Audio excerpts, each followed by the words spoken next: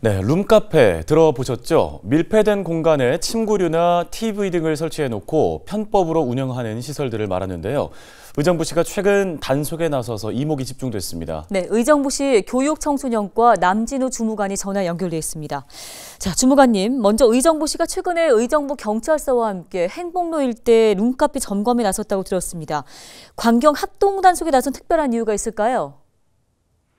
네, 최근 사회적 이슈가 된 신변종 룸카페가 밀실된 공간에 침구류나 TV 등을 설치하여 숙박업과 유사하게 운영하면서 청소년들에게도 제공된다는 사례들이 있어 청소년들의 탈선 장소로 이용되지 못하게끔 관련 업소들을 파악하였고 이후 점검 및 단속에 나서게 되었습니다. 네, 실제 단속에 나서 보니 현실은 어떻던가요? 네. 저희가 단속에 나섰을 때 주로 상가 밀집 지역의 업소들이 있었고 현장 점검 당시 신체 접촉이나 성행위가 이루어질 우려가 있는 밀폐된 공간에 침구류나 시청 기자재가 설치되어 있었고 숙박업소와 유사하게 운영되고 있어서 실제로 두 개 업소에서도 청소년들을 출입시켜 적발이 되었습니다.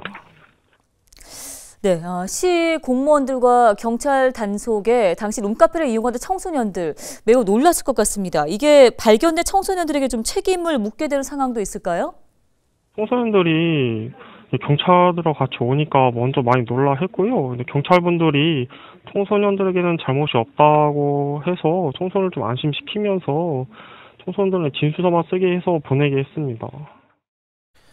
네, 이번 단속에 적발된 곳들이 두 곳이라고 말씀하셨는데요. 이곳들은 그러면 어떻게 처분됩니까?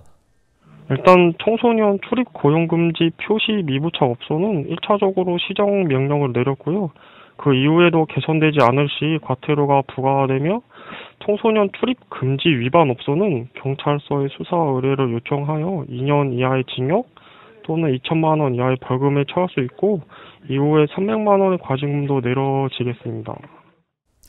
예, 이렇게 룸카페가 지금 탈선 장소로 떠오르면서 일부 업주들 사이에서는 좀 억울하다라는 입장도 나오고 있습니다.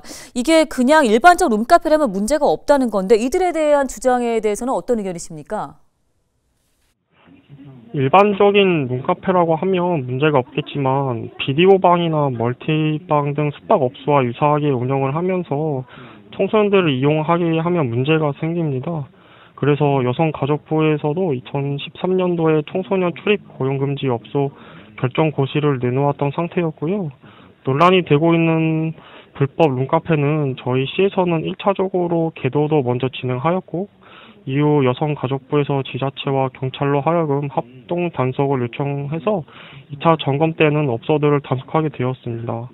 곧 여성가족부에서도 시설 기준에 대해 정확한 행정 예고를 한다고 하니 관련 업소들은 관련법을 유의하시어 청소년들이 출입하지 못하도록 주의하셔야 할 것으로 보입니다.